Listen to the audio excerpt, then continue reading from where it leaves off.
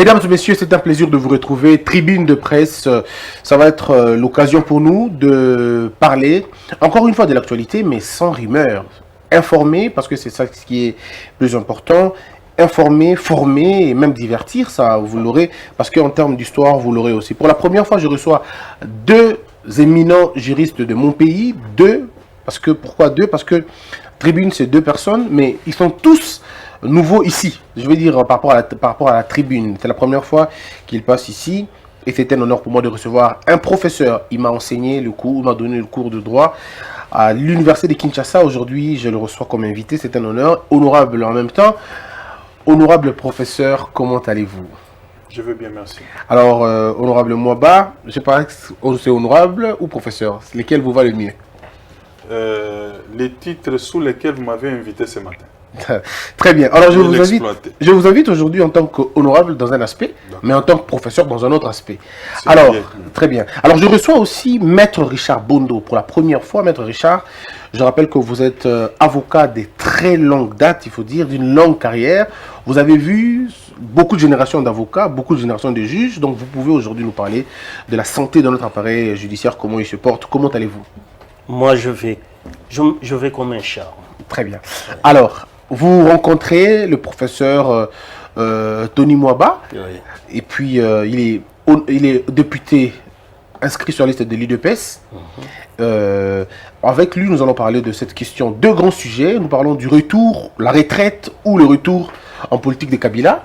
Aussi, la puissance des Fachi. Est-il puissant ou impuissant aujourd'hui? Alors, je commence avec Maître Richard. Maître Richard, vous avez certainement suivi la sortie médiatique fracassante d'ailleurs de Manuel Ramazani Shadari, qui a tenu un certain nombre de propos, entre autres le retour imminent de Joseph Kabila en 2023. La question est de savoir, est-ce que Félix Tshisekedi est une parenthèse pour le PPRD?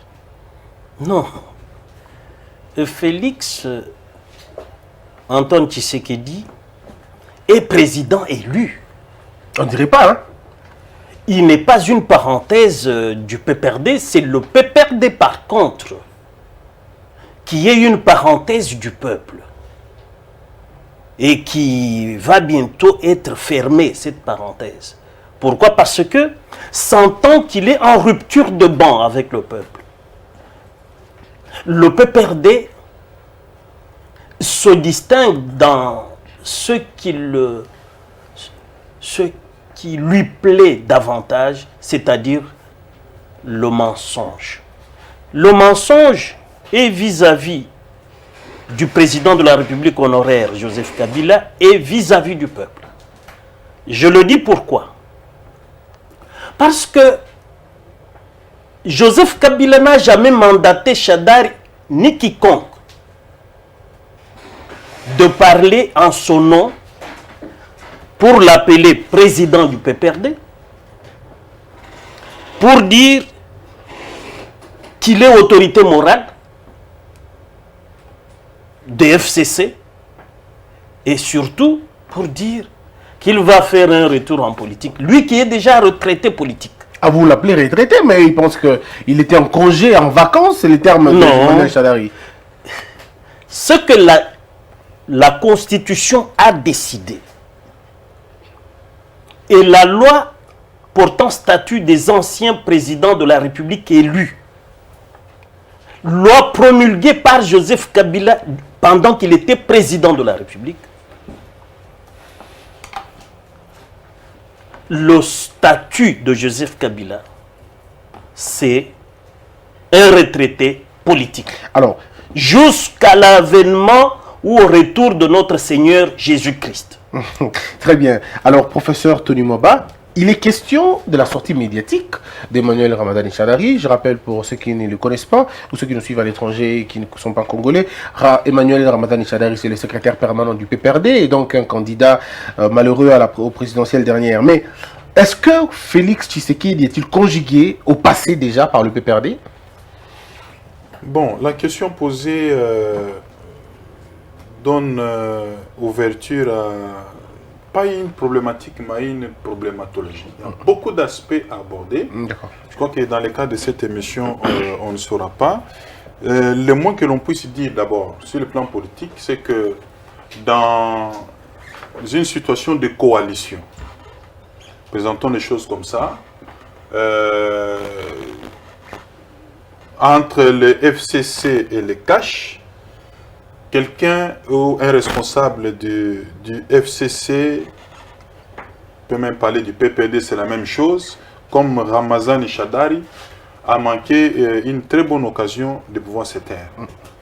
Donc, il ne pouvait pas dire ou faire ce genre de déclarations qui posent des problèmes non seulement sur le plan de la forme, même sur le plan de fond.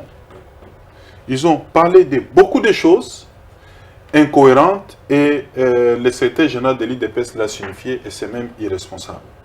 Vous voyez? Donc, parler de la rentrée, d'abord, ça c'est une information que je vous donne. La messe de Lubumbashi tournait autour de l'évaluation de l'échec de Manuel Ramazani Shadari aux élections de 2018. Comment justifier les 150 millions qui étaient mis à la disposition de l'équipe de campagne et qui a échoué, comparativement aux autres qui n'avaient qu'un budget de 750 000 $ et qui ont amené, n'est-ce pas, le président Félix Antoine Tshisekedi au pouvoir. C'était ça. L'autorité morale du FCC voulait savoir qu'est-ce que vous avez fait de ces 150 millions. Alors, on a les informations. Pour occulter cette question-là, au fait, c'est lui qui était au banc des accusés aussi. Pour justifier son échec, il va faire une sortie médiatique qui n'a rien à voir avec les points qui étaient inscrits à l'ordre du jour. Donc, diversion. Alors, en même temps, comme je l'ai dit ici, étant dans cette coalition-là, qui en réalité profite politiquement et sécuritairement aux membres ou aux caciques du FCC, parce que cette histoire, on l'a dit, même le secrétaire général de l'IDPS l'a dit, le peuple n'en voulait pas ou n'en veut pas. Mais c'est cette coalition qui sauve un peu, qui constitue un peu le bouclier. Parce que sinon, il suffit de faire éclater ça. Je crois que certains seront recueillis comme des mangues mûres. Et on a comme l'impression que la peur est plutôt de votre côté. Effectivement, la chasse à l'homme. Et je me demande d'ailleurs, qu'est-ce qu'on entend par une rentrée politique? Maître Bondo l'a dit. Une rentrée politique, c'est-à-dire quoi? Je peux comparer ça à la rentrée scolaire. Ouais, voilà, il y a une période de vacances, les enfants se sont reposés, maintenant il faut retourner à l'école. Mais appliquer cela à l'autorité morale du FCC, il fait la rentrée, ça veut dire quoi? Ça veut dire qu'il était en congé, oui. Ça suffit, il doit continuer, alors qu'il est régi par les statuts des anciens présidents. Même la qualité de sénateur à vie, ce n'est pas un mandat comme le nôtre.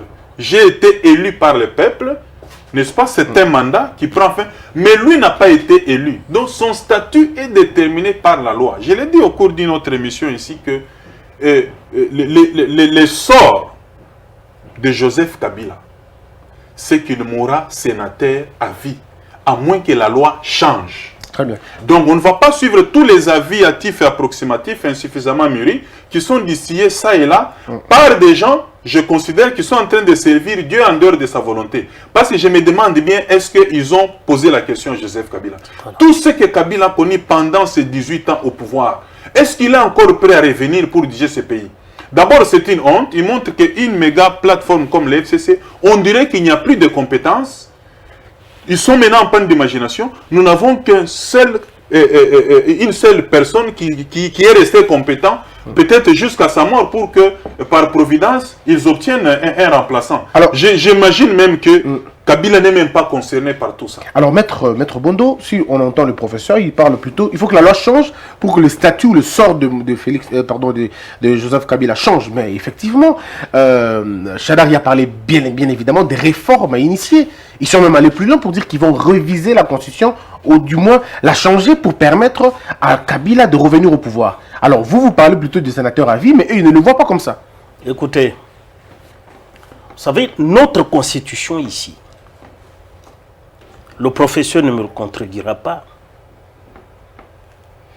Le héros national, Tshisekedi Wamulumba, d'heureuse mémoire, avait appelé les militants de l'UDPS à ne pas se rendre à référendum.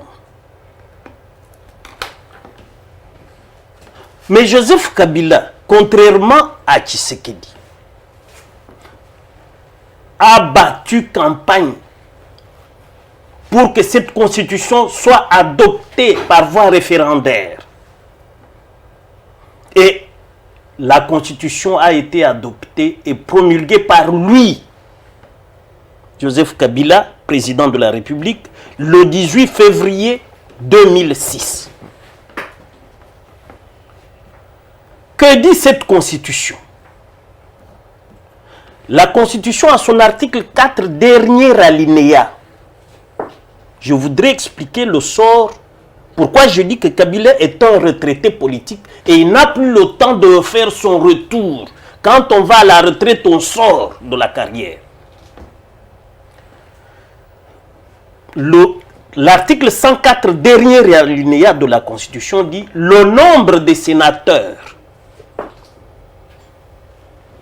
élus qui siègent porteurs de mandat est de 4 par province. Comme nous en avons 25, la ville de Kinshasa étant distincte de 25 provinces, les 25 provinces vous donnent 100 sénateurs. 4 par province, ça fait 100. Et cet article 104 est complété par la loi électorale parce que l'article 104 dit c'est la loi électorale qui fixe le nombre des députés. Et lorsque vous consultez la loi électorale, vous lisez avec beaucoup d'attention l'article 129, dernier alinéa. Cet article-là vous dit il y a 4 sénateurs par province, sauf la ville de Kinshasa qui en compte 8. Ça fait 108. Prenons que par génération spontanée, signé Shadari, Mouilani et consorts, signé Peperde, génération spontanée. Joseph Kabila se rend au palais du peuple pour siéger comme sénateur. Il sera 40e sénateur. 109e. Il sera 109e. Et la composition sera irrégulière. Pourquoi? Parce que lui n'est pas élu sénateur. C'est-à-dire, le professeur, comme il est député là, il est député, lui a été élu. Mais il ne peut pas aller siéger dans la chambre des sénateurs là, comme 109e. Nonobstant son mandat. C'est une assemblée délibérante. Comment va ça se passer? C'est pour cela que Kabila n'a pas de voix délibérante parce qu'il ne peut pas siéger dans cet organe délibérant. Et comme il ne peut plus siéger, il reste soumis à des incompatibilités. Et c'est quoi? Parce que l'article 3 de la loi portant statut des anciens présidents de la République élus, article 3 au paragraphe 4, désigne l'ancien président de la République comme, pour bien l'appeler, nous l'appelons président de la République honoraire.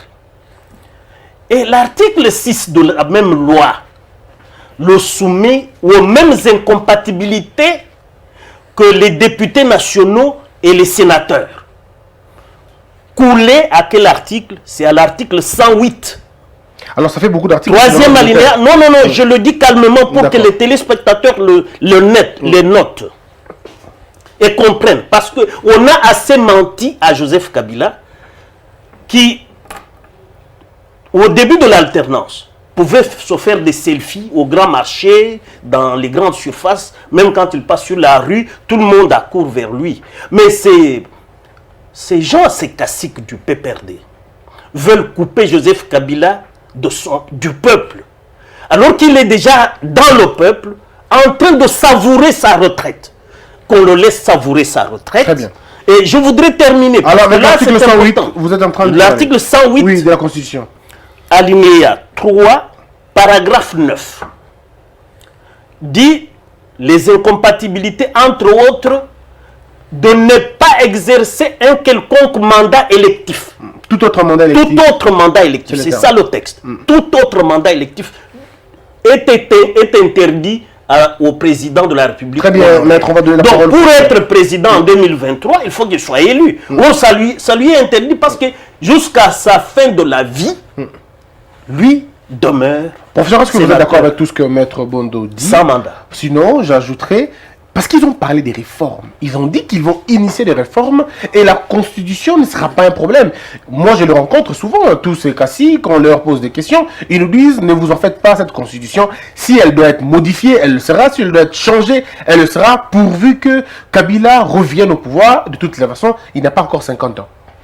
Voilà. Moi, je suis très mal à l'aise ce jour à cause de ces débats, que je considère comme un débat de distraction. Un débat de distraction parce que nous sommes en début du mandat du président Félix Antoine Tshisekedi Tshilombo. En 9 mois, beaucoup de réalisations, de grandes réalisations.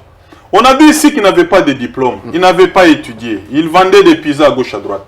Vous prenez les Muzito, les Matata, des grands économistes, professeurs d'université, ils ont eu du mal à mettre ou assurer en œuvre la gratuité de l'enseignement. Ah, ils n'étaient pas présidents, hein? Non, non, non, non, non. Ils n'étaient pas présidents, il n'y a pas de problème. Ils ont dit qu'ils ont des diplômes. Mais leur diplôme là, pendant 18 ans, ne les a pas servi à mettre en œuvre ou à assurer la gratuité de l'enseignement. C'est celui-là qui n'avait pas de diplôme. Pourtant, Chadar, il affirme que c'est lui. Effectif. Il affirme que la gratuité de l'enseignement, c'est leur produit. Moi, j'aimerais que pendant ces temps, les Congolais que l'on débatte des sujets qui touchent au développement de notre pays. Parce que c'est ça l'élan que nous devons prendre. Parce que je constate même à l'Assemblée, là, vous trouvez quand un député vient déposer une proposition de loi sur la modification des statuts des anciens chefs d'État. Pourquoi? Pourquoi aller alimenter le feu? Pourquoi? Quand un autre s'élève, c'est pour venir déposer une proposition sur la révision de la Constitution. On dirait qu'on ne fait que politique. Chaque mandat, il n'y a que politique. On ne débat jamais sur le développement du pays. Et là, c'est la distraction pour détourner l'attention du président Félix, de tous ceux qui sont concentrés au travail, à regarder maintenant de l'autre côté, non, 2023, non, on travaille. Ça, c'est le moment de travail. Alors, la Constitution, c'est vrai que la majorité, à cette majorité-là, ils sont à même de faire ce qu'ils peuvent, n'est-ce pas? On ne doit pas se voiler la face par rapport à leur poids numérique à l'Assemblée. Mais il y a des questions pour lesquelles je crois que quelle que soit la majorité parlementaire, on ne saura pas y arriver. Sinon, cette constitution de 2006 aurait été révisée il y a longtemps. La majorité ici, depuis 2011, ils ont cette majorité, mais ils n'ont pas pu faire. Alors ça, ce sont des ballons d'essai, c'est de la distraction pour nous détourner. Il y a des choses qui ne passeront pas, en tout cas dans l'opinion publique. Je reviens à ce que Maître Bondo a dit ici. Donc on ne le fait pas, ou ça c'est objectivement, en tant que juriste, et puis je vous l'ai dit ici, tous les juristes n'ont pas le même niveau. Tous les juristes, vous pouvez être même professeur d'université, tous les juristes n'ont pas le même niveau. Vous pouvez avoir le même diplôme, mais pas le même niveau. Alors il y a des gens qui viennent raconter des histoires. Mouché, quand on parle de sénateurs, et puis on essaie un peu de comparer ça au système français. C'est incomparable les jours et la nuit. Parce que le système français laisse l'option à l'ancien président de choisir s'il faut aller au Conseil constitutionnel ou pas. Chez nous, ce n'est pas possible. C'est la loi. C'est-à-dire que même en étant sénateur à vie, on n'a pas demandé l'avis du président Kabila. Les statuts, d'ailleurs, vous savez pourquoi on a prévu ces statuts? C'est pour couper court aux velléités de se pérenniser au pouvoir, ce qui nous a conduit à la guerre et consort. Comme les gens aiment toujours s'accrocher au pouvoir, on s'est dit, ok, malgré que vous ne serez pas là, vous gardez vos avantages, vous gardez vos immunités, vous gardez vos privilèges, un peu pour l'entretenir psychologiquement, à demeurer maintenant en retraite. Mais vous trouvez quelqu'un qui je le trouve d'ailleurs heureux dans sa retraite. Vous avez les gens comme Chadari, qui va chercher à les tirer de là, pour lui créer des problèmes supplémentaires. Je crois qu'il a besoin de la paix, il a besoin de la tranquillité, d'esprit et la joie de vivre. On doit les laisser tranquilles là où il est. Moi, j'ai parié d'ailleurs que tout ce qui a été dit, ce n'est pas la volonté de Joseph Kabila. Alors, il y a des gens qui sont encore dans la nostalgie du pouvoir. Les choses doivent évoluer. Peut-être après le mandat du président Félix, un autre président viendra. Et la RDC doit s'habituer comme ça. on n'est pas habitué à la démocratie, c'est un problème de culture. Alors, il y a des gens qui sont restés formatés comme ça, ils sont restés emprisonnés. Il a même l'impression que, et si vous parlez même de quelqu'un d'autre, j'aurais des problèmes. Mais Kabila n'a rien à voir avec eux, qu'ils fassent leur vie, qu'ils les laissent tranquilles là où il est. Alors, nous allons évoluer dans cette question. Emmanuel Shadari, pour terminer cette version de la messe à Lubumbashi, Emmanuel Shadari dit un pays ne peut pas se développer dans la corruption et il est impossible de conduire un pays dans toute impunité. Et il voudrait voir clair dans l'affaire de 15 millions de dollars parce que c'est l'argent des contribuables. Alors là, ce sont les propos d'Emmanuel Shadari.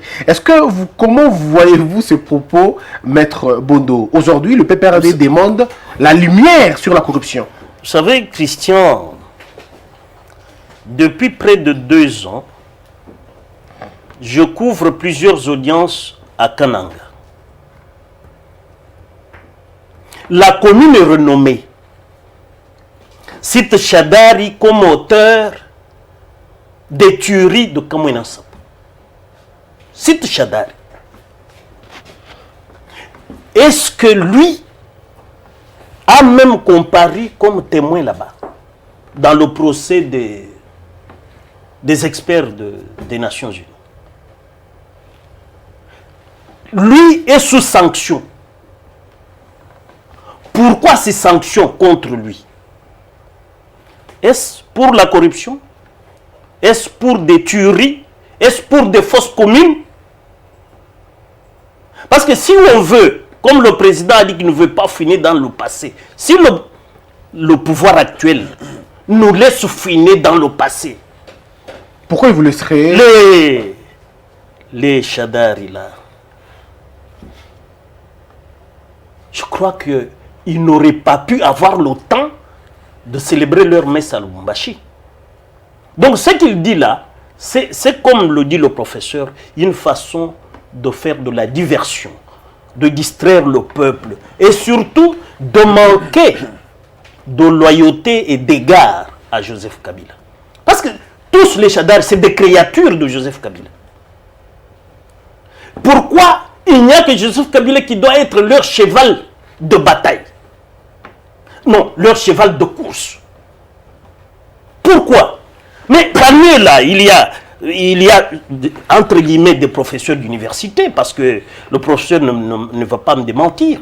Il a dit qu'il y a des professeurs et professeurs, des juristes et des juristes. Alors, vous voyez Joseph Kabila qui a aujourd'hui le temps de faire des selfies avec le peuple.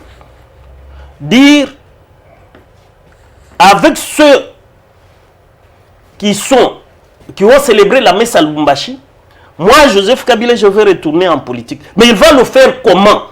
Moi, je rappelle, par devoir de mémoire, il n'y a pas longtemps que les gens faisaient de la génuflation en ligne, dans une queue à Kingakati. Au sortir de cette queue, Joseph Kabila, un de vos confrères lui a tendu le micro. Pour lui dire, vous allez siéger au palais du peuple comme sénateur. Joseph a répondu, je ne pense pas que ça soit régulier que je siège comme sénateur au palais du peuple. Ça, c'est sa réponse. Mais lui a tranché. Pourquoi? Parce que il sait que son statut de sénateur à vie le lui interdit. Et c'est la Constitution qui le soumet à cette incompatibilité. Il ne peut même pas... J'ai entendu les Shadari dire, ou Néhémie là, dire, il pourra même être Premier ministre. Donc, Yilunga qui est là du PPRD est visé par ces gens qui ont célébré la messe à Lubumbashi. Alors que l'article 108 de la Constitution dit l'ancien président de la République devenu sénateur à vie ne peut même pas être membre du gouvernement. La première incompatibilité, être membre du gouvernement. Mais membre du cabinet du président de la République. Tout Ni même membre du cabinet du président de la République. Alors, monsieur le professeur... Donc c'est pour cela qu'il ne faut pas rêver. Les gens là ont fait une messe sans mandat de Joseph Kabila. Kabila ne se reconnaît pas en ces personnes. La preuve c'est... Dites-moi ce que vous avez fait de mes 150 millions mis à votre disposition pour que Chadari passe président de la République. Comment toi, Chadari, tu as échoué? Comment toi, Néhémie, coordonnateur de FCC, pour battre campagne de ton collègue Chadari, qu'est-ce que tu as fait de cet argent? Mais pour ça, il ne doit pas quand même être ingrat à ce point. Ils ont quand même la majorité présidentielle. Ils ont des députés, ils ont les sénateurs, ils ont la territoriale. Ils ont pratiquement tout, sauf la présidence que vous avez. Kabila doit être aussi reconnaissant à un moment donné à tous ceux qui lui ont donné cette majorité. Je vous ai dit tout à l'heure qu'il y a des gens ou des serviteurs qui servent Dieu en dehors de sa volonté. C'est le cas. Ils n'ont pas posé la question. Et vous pensez que ces gens-là voient aussi Kabila chaque jour? Il y en a qui souffrent pour le voir. Il est fatigué aussi de le voir chaque jour parce qu'ils l'ont amené référendum, ça a échoué. Donc révision, tout ça jusqu'à la fin et finalement 150 millions est jeté dans l'eau. C'était fini. Vous pensez que tout ce que les gens ont... Il y a des gens qui sont certainement allés le voir pour lui dire non, il y a encore la chance que vous reveniez, ils les écoutent. Vous comprenez? Ouais. Et ils passent à la télé, ils font des déclarations comme ça. Et puis, à quel moment? Dans cette histoire de coalition ici, ils ne pouvaient jamais tenir un tel langage. Quand vous dites un régime d'impunité, tous les magistrats, en fin de compte, qui poursuit? Ce sont les parquets, ce sont les cours et tribunaux. Tous ceux qui sont là ont été nommés par qui? Depuis que le président Félix est là, 9 mois, il n'a nommé aucun magistrat. Alors, on vous dit, l'état de droit, c'est un principe, et aussi c'est un état d'esprit. Récupérez la situation. Vous parlez de 15 millions. Mais qui a empêché au procureur de poursuivre? Vous voulez que le président poursuive? Alors, qui gère les magistrats qui ont été nommés par eux? Parce qu'il y en a, il y a des responsables dans l'armée, dans la police, qui pensent encore que Kabila va revenir, je dois continuer à lui faire allégeance, je lui donne loyauté parce qu'on ne sait jamais, il va revenir. Donc, vous trouvez maintenant des gens dans une position de chauve-souris, ils ne savent aller ni à gauche ni à droite. Alors que Kabila n'est même pas dans tout ça. Moi, j'ai même du mal à citer son nom ici parce que je le considère en ce moment comme un innocent de tout ce qui se passe. Alors, on ne peut pas parler de régime d'impunité. Si le président dit je ne peux pas fouiner dans le passé, ça c'est lui. Il ne veut pas faire la chasse à l'homme. Mais que la justice fasse son travail. Mais quelle justice? Voilà. Donc donnez-lui le temps de travail. Il n'a que 9 mois, la gratuité de l'enseignement. Tout le monde, même dans l'opposition, les enfants étudient gratuitement. Oui, alors qu'il refuse. Mais Kabila, tout ce qui se passe, c'est empêcher que ces grandes réformes puissent être effectives parce qu'il va réussir le mandat. Alors, c'est de l'agitation. Laissez le président Félix travailler. Je vous relance, professeur. Une question. Combien de temps faudra-t-il au président Félix pour refaire cette justice? Parce que les gens en ont besoin. Combien de temps lui faudra-t-il quand on sait que Laurent Désiré Kabila, quand il arrive, il chasse 500 magistrats? Ça ne lui prend pas 9 mois, ça lui prend moins de temps que possible. Le contexte est différent. Kabila prend le pouvoir avec les armes. D'accord. Il fait la chasse à l'homme. Tout le monde part. Il a tous les pleins pouvoirs. Il prend un décret loi constitutionnelle, tout le monde le sait, qui lui-même était pouvoir législatif et exécutif et judiciaire. Lui-même, tout était concentré en lui. Et tous les mouvanciers, tout ça, le régime avait fui. Kabila avait le plein pouvoir de faire tout ce qu'il pouvait. Les Congolais sont habitués à ces modes d'alternance au pouvoir. C'est-à-dire, on prend le pouvoir, les anciens prennent fuite, ils sont contraints à l'exil, on coupe aux gens les mains. Les gens sont habitués comme ça. Comme ils n'ont pas vécu ça, ils ont l'impression que rien n'a changé. Alors, le contexte du président Félix, l'alternance a été pacifique. C'est là qu'il y a des gens qui continuent à rêver. Ils sont encore dans un état second de la demande. C'est pas moi, c'est le somnambulisme ou l'ivresse. Donc, ils ne se sont pas encore réveillés de leur sommeil. Combien de temps faudra-t-il? Bon, il vient d'hériter d'un régime qui a fait 18 ans, avec tous les biens et les mal que tout le monde connaît. Vous voulez qu'il fasse quoi? Mais qu'il arrête les gens. Non, mais ce n'est pas à lui d'arrêter.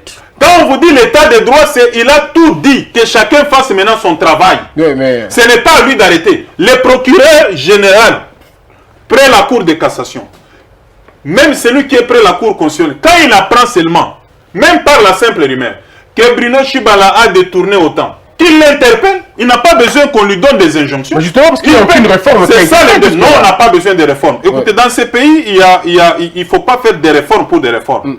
Comme j'entends quelqu'un dire, non, on va faire une agence pour la lutte contre la corruption. Pourquoi? Ça va produire quoi alors que nous avons les cours? Renforcer les cours et tribunaux. Ce sont les mécanismes qui sont là pour travailler. Alors, dans ces conditions-là, c'est aux cours et tribunaux de travail de faire leur travail.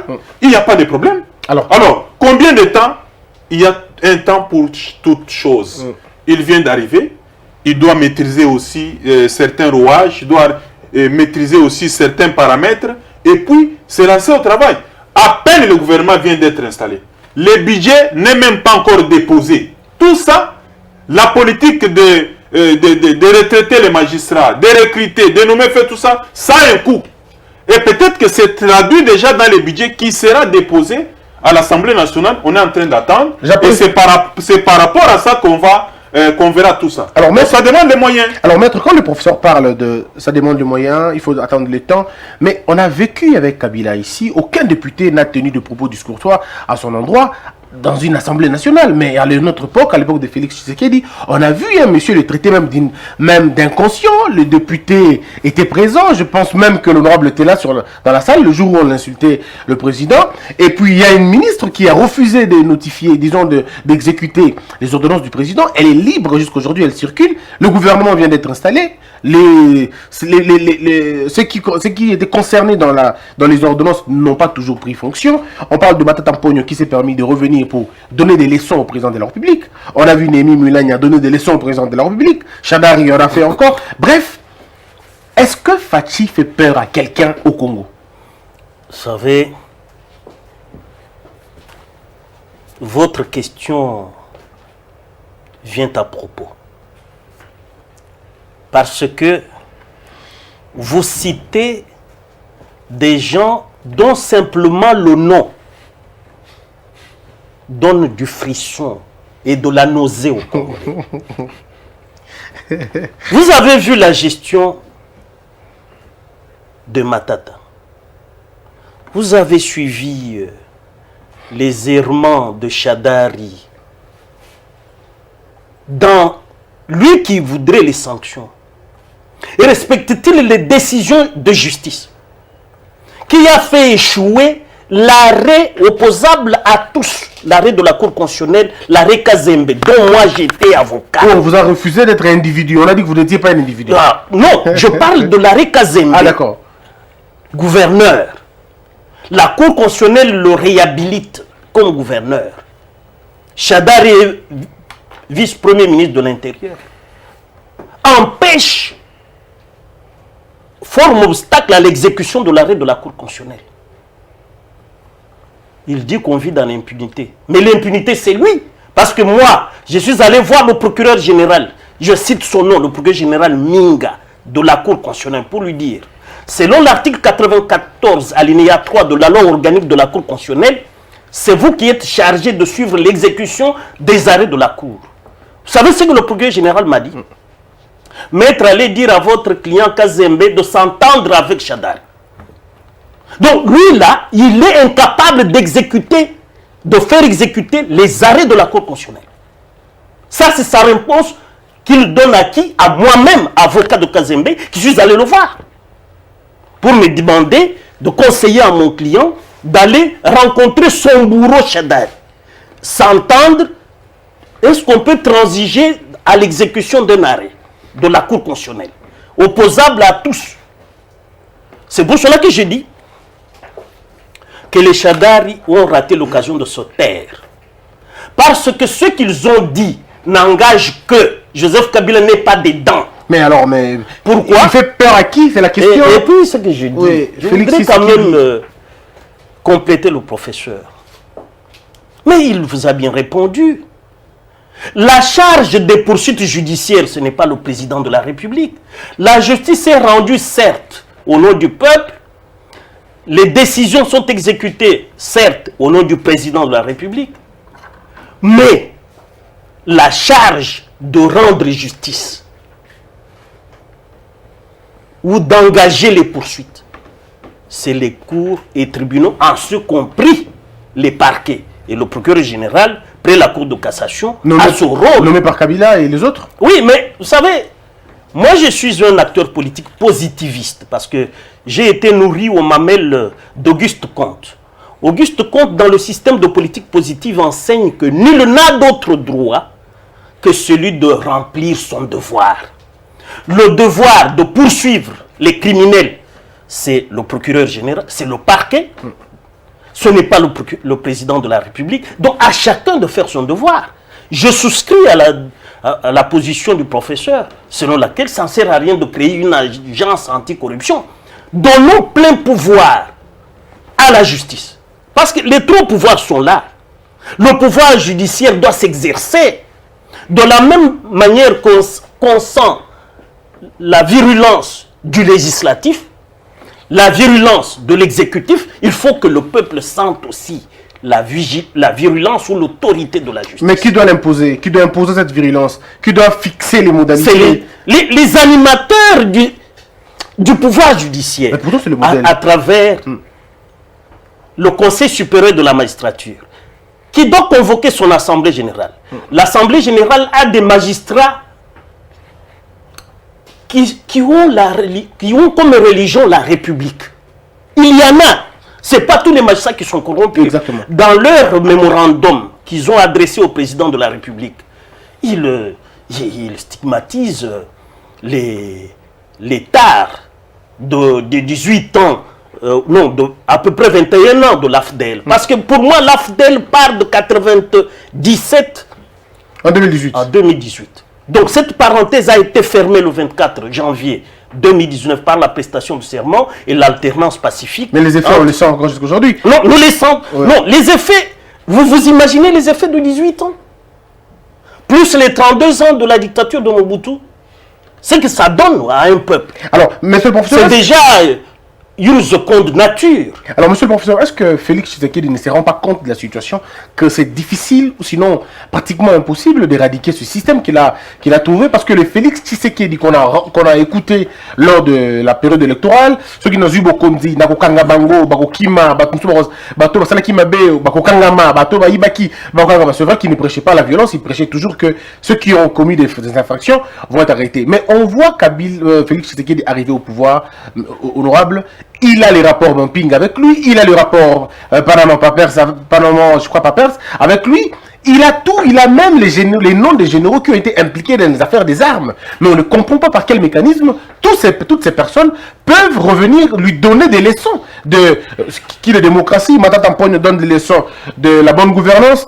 Néhémie parle de celui qui connaît le droit, Chadari parle de l'impunité, la ministre parle de la bonne gouvernance. Finalement, on s'est dit, tout le monde donne des leçons à Félix, alors que Félix a les raisons d'arrêter tout le monde. C'est quoi le problème?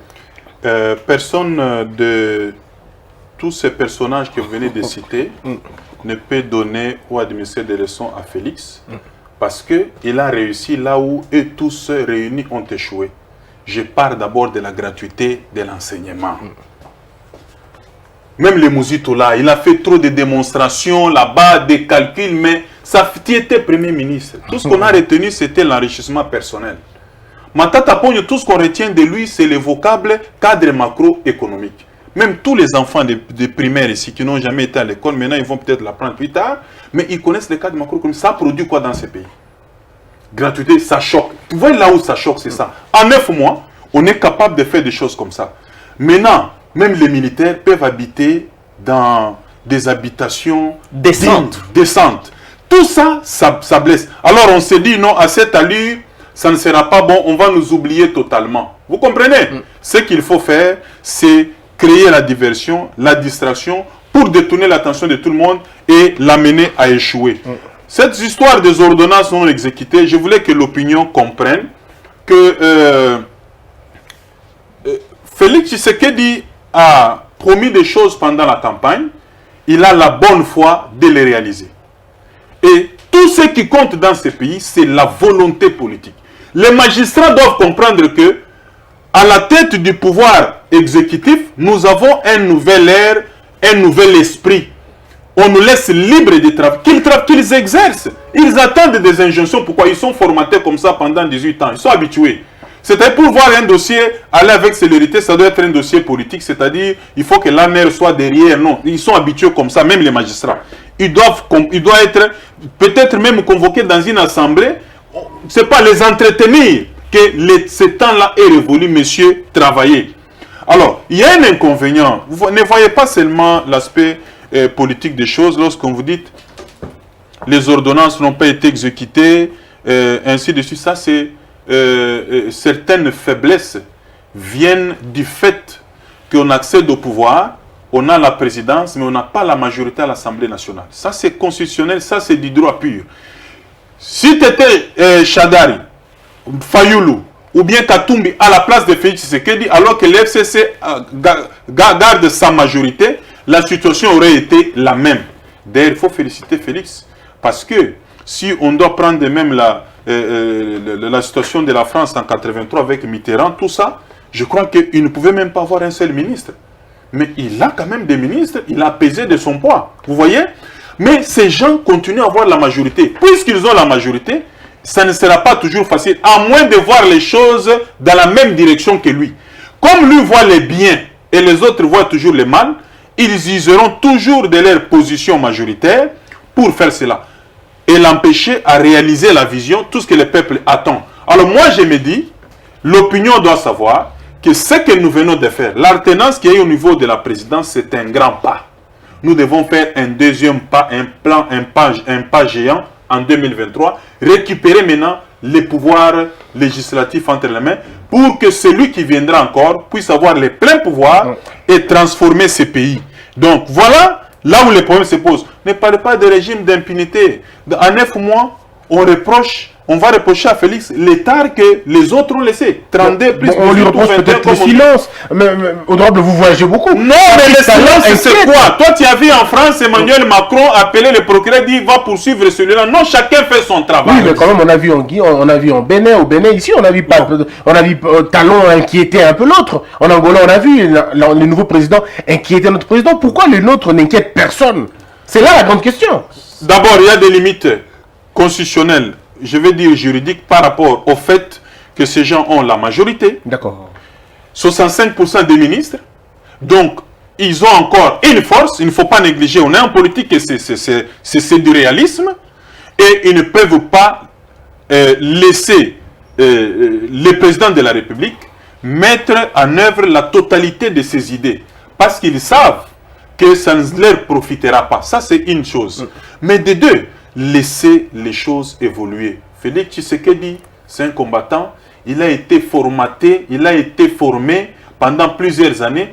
Il n'y a rien qui peut le changer. Alors, que doit faire? L'homme a ses idées et il ira juste. Ceux qui le connaissent savent qu'il est sérieux dans ses engagements, dans ce qu'il dit, tout ce qu'il promet, il le réalise. Et je crois que il arrivera au bout. Il y a des choses que doit faire Fachi? qu'on ne pourra pas toujours étaler ici. Très bien. Que doit faire Fachi pour s'assumer, s'affirmer et finalement se confirmer comme le réel maître à bord de la République démocratique du Congo, maître Bondo? Faut-il qu'il arrive à dissoudre l'Assemblée nationale comme le veut la Constitution un an après son élection? Est-ce qu'il faut qu'il nomme ses propres magistrats? Est-ce que, comme un Américain disait, il faudrait que Félix Tshisekedi, et aussi un invité sur ce plateau, il faudrait que Félix Tshisekedi aille prendre les frères de son village en Ngandajika et en faire une armée, et qu'il maintienne l'armée pendant très longtemps que possible? Est-ce que vous le pensez? Vous savez, Félix Tshisekedi, vous venez vous-même de le dire, il a un cursus. Oui. Il a été formé sous l'ombre de son père, qui était un véritable démocrate. Un transition, dans la lutte, trop gentil. Écoute, dans la lutte pour l'état de droit, il faut savoir que l'objectif, c'est la séparation des pouvoirs. Nous avons un pouvoir judiciaire qui doit jouer pleinement son rôle. Et Tshisekedi est partisan de cela. Montesquieu n'est pas mort pour rien. Il a enseigné et cet enseignement est intériorisé par un homme. Il s'appelle Félix Antoine Tshisekedi. Vous le voyez comme ça? Pourquoi? Parce que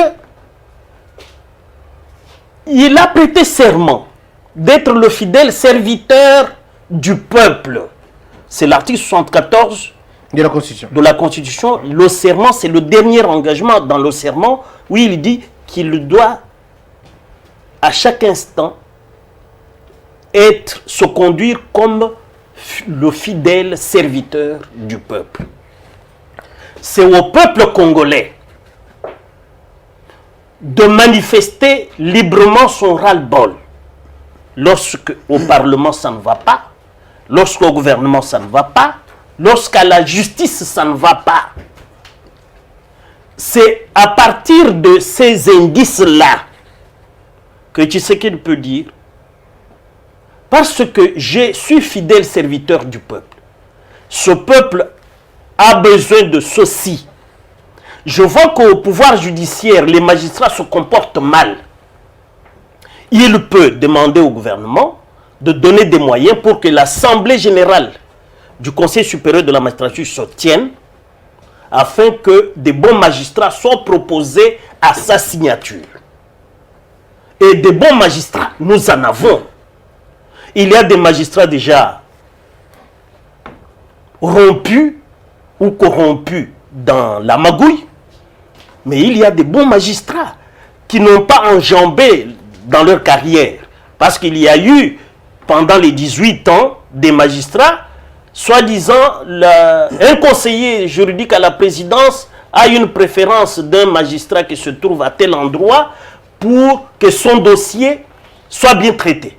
Et il y a eu le trafic d'influence, le clientélisme et même le clanisme. Il y a des magistrats qui ne méritent pas d'être, disons, à la cour de cassation, mais qui y sont. Alors que des magistrats qui les ont formés sont encore tapis, tantôt au tripé, tantôt en grande instance.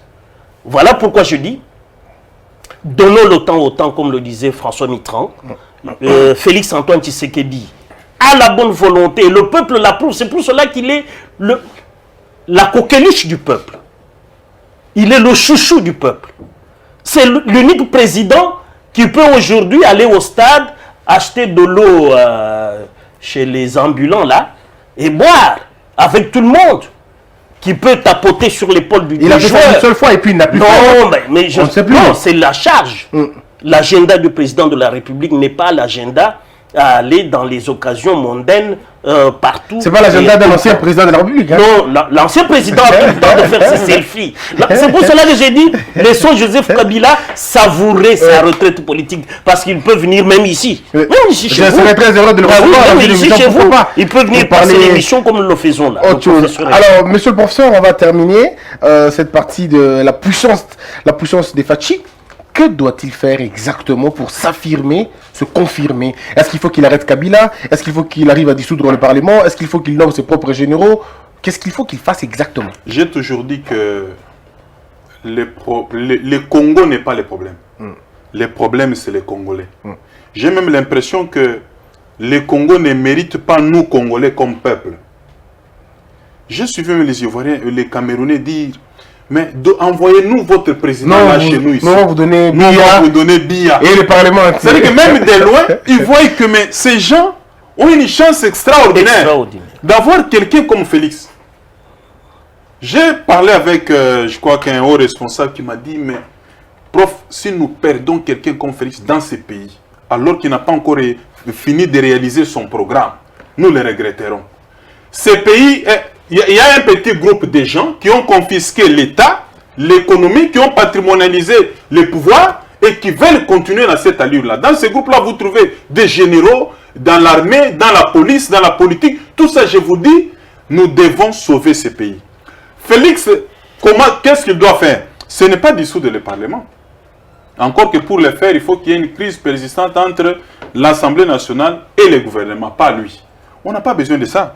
Il n'a pas besoin d'avoir ses propres magistrats, parce que ce sont les magistrats de la République qui doivent être indépendants. Il n'a pas besoin d'avoir ses propres militaires, sa propre armée. Non, c'est une armée républicaine. Vous comprenez? Donc tout ce que Félix doit faire, c'est ce qu'il est en train de faire. Il est en train de faire quoi? Il est en train de réaliser son programme. Faire d'abord de ces pays un État, dans un premier temps, et en faire maintenant un État de droit. En voyageant beaucoup? Je vous avais dit, il y a des retombées. Parlez aussi des retombées de ces multiples voyages. Vous n'en parlez pas. Alors ne tombez pas dans les pièges de ceux qui font une opposition, qui souffrent d'une crise d'opposition. Les psychologues le savent. Un enfant à un moment donné, c'est-à-dire que c'est justifié en psychologie, qui dit toujours non à tout ce que les parents lui disent. Ça, c'est autre chose. On pourra peut-être y revenir un jour, que l'attitude et le tempérament du président Félix ne trompent personne. D'ailleurs, c'est ce tempérament-là qui constitue les gages de la paix et de la sécurité qui est bénéfique principalement à l'ancien régime. Parce que le président Kabila peut monter et descendre, Félix ne l'inquiète pas, c'est-à-dire sa sécurité entre ses mains. Donc il doit, je crois que le président honoraire est très satisfait d'avoir un successeur comme le président Félix Antoine Tshisekedi Tshilombo. Donc les autres ne savent pas.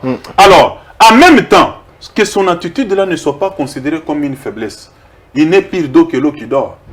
Vous voyez quelqu'un comme ça, généralement, psychologiquement, ce sont des gens de grandes convictions et dans le silence, il travaille et il produit.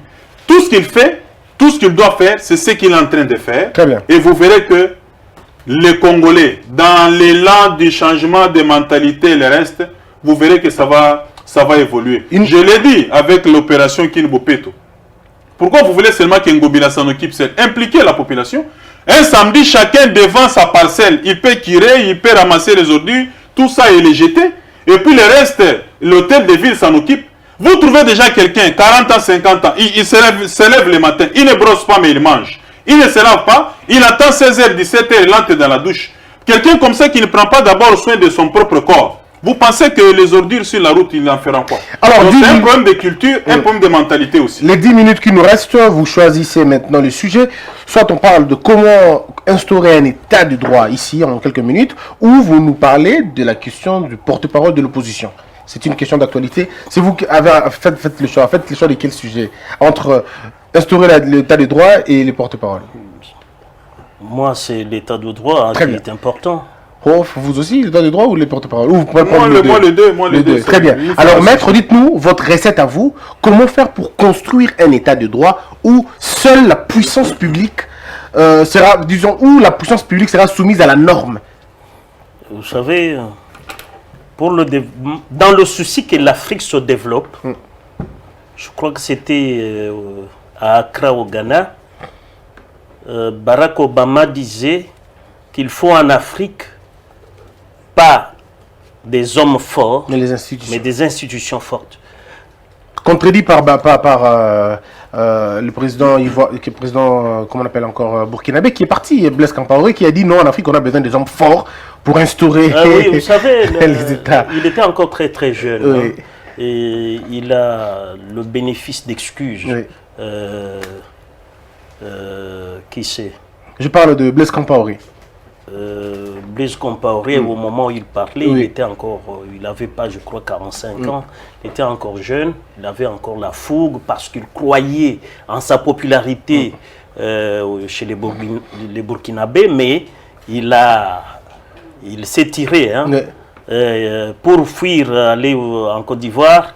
Je crois qu'il ne va pas oublier qu'il se disait fort, mais le peuple a été plus fort que lui. Parce que dans chaque pays, comme chez nous, l'article 5 dit que le détenteur du pouvoir, c'est le peuple. Le propriétaire du pouvoir, c'est le peuple. Et ce peuple, quand il se fâche, vous pouvez avoir autant de chars, mais le peuple va vous éjecter de votre fauteuil. Alors, moi, je crois qu'ici, c'est le respect des textes.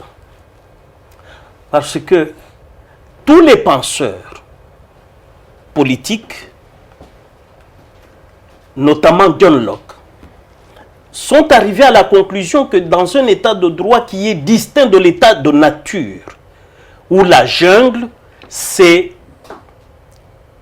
que tout le monde, chef de l'État, empereur ou roi, vous êtes soumis à l'autorité de la loi.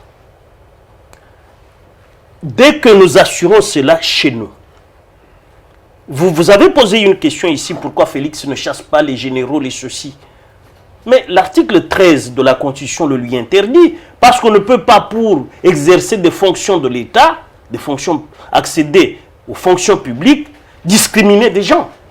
L'essentiel est de les mettre devant leurs responsabilités, leur dire, voilà, moi je viens d'arriver.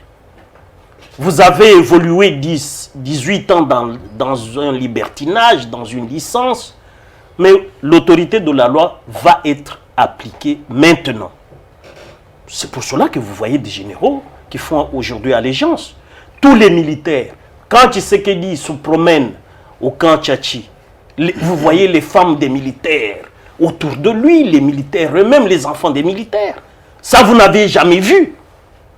C'est pour dire quoi? Le respect des textes, c'est le commencement de la création ou de la mise en place d'un état de droit. Mais je peux quand même parler aussi du porte-parole de l'opposition. À qui revient le porte-parole, cette fonction? Ce n'est pas nécessairement dévolu à un député ou un sénateur.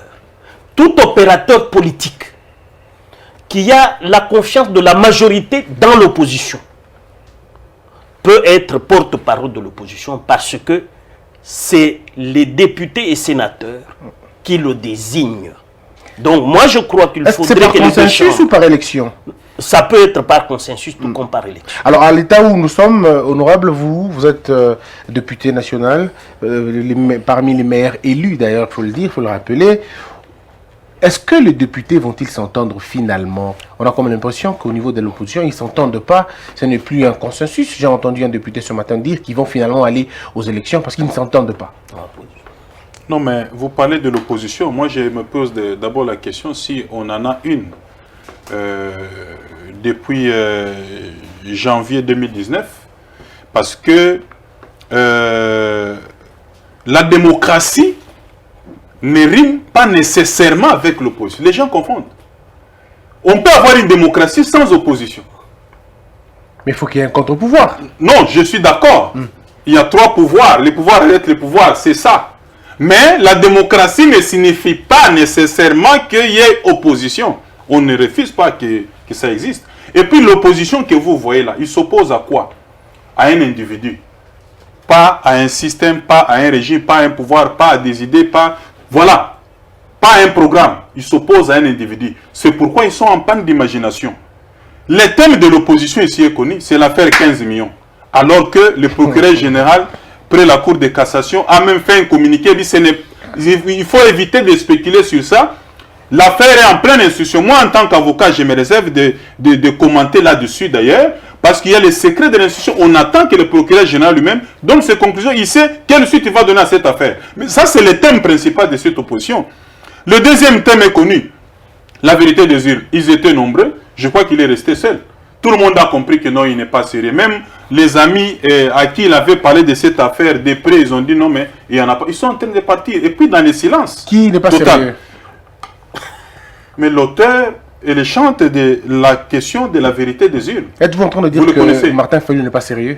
En tout cas, dans cette démarche, il ne l'est pas. Il n'a jamais apporté la preuve. Je suis juriste. Il est allé à la Cour constitutionnelle. Vous connaissez les résultats. Poursuivez. Donc, 26 provinces vous amenez 6 cartons. Et vous dites qu'il y a les preuves là-bas. Donc, écoutez, arrêtons avec la comédie. Est-ce que ça revient à Moïse Katumbi Chapoué, cette question de non, puisqu'il a la majorité des députés ça ne dépend pas. Ça ne dépend pas de ce que moi je dirais.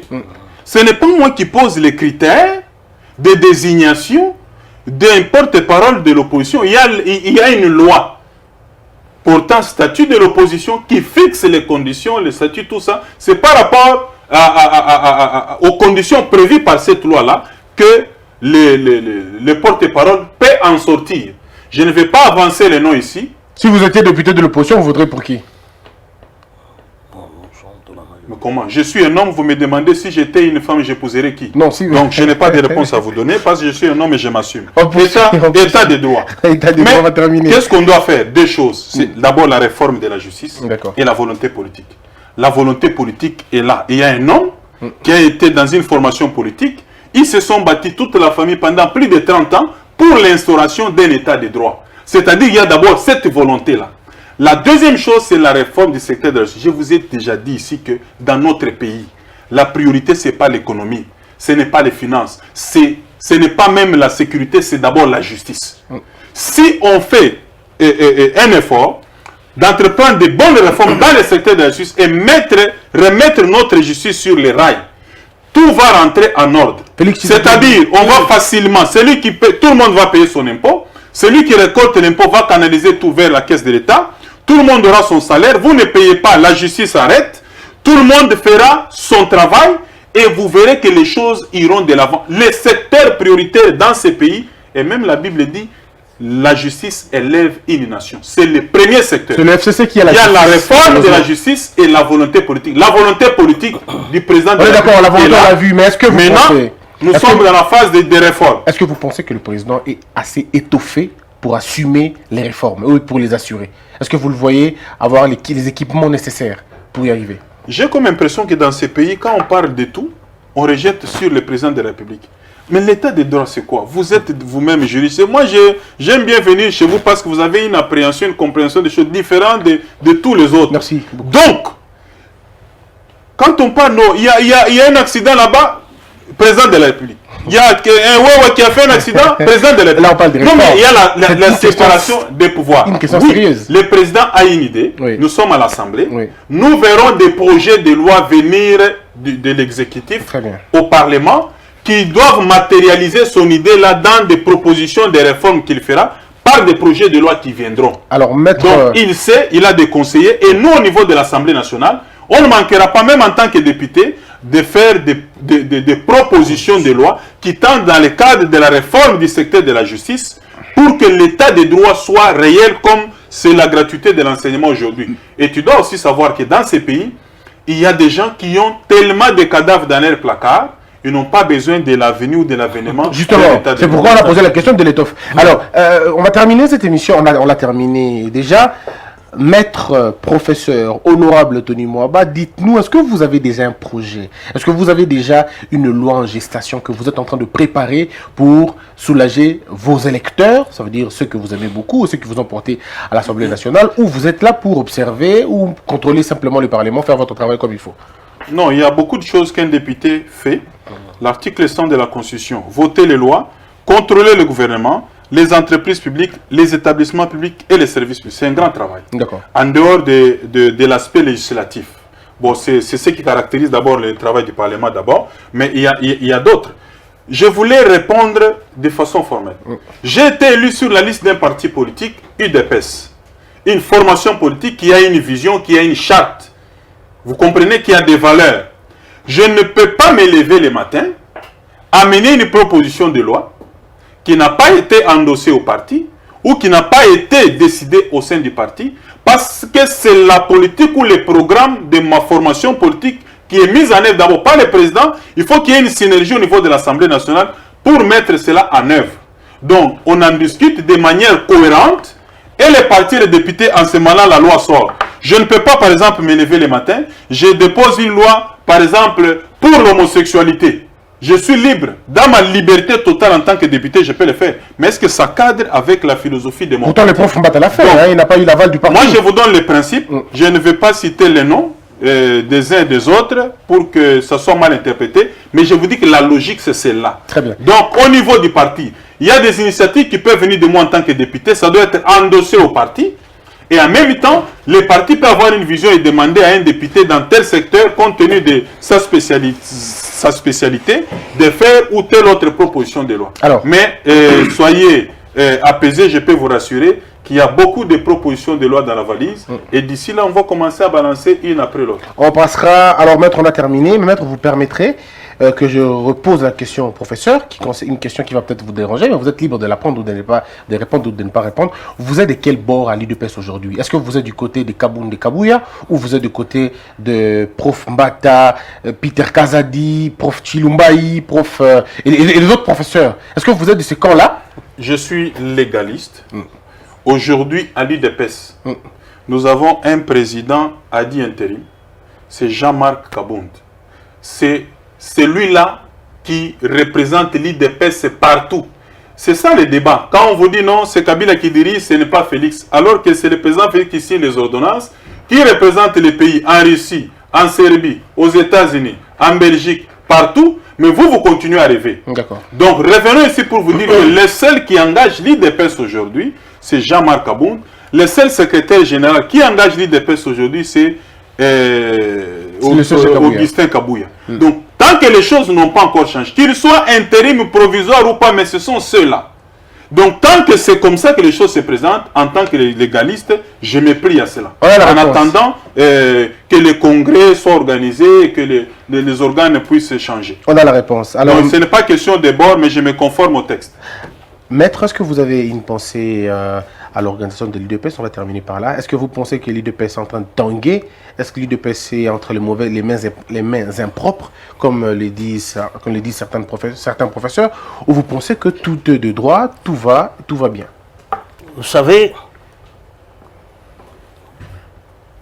quand vous me posez cette question,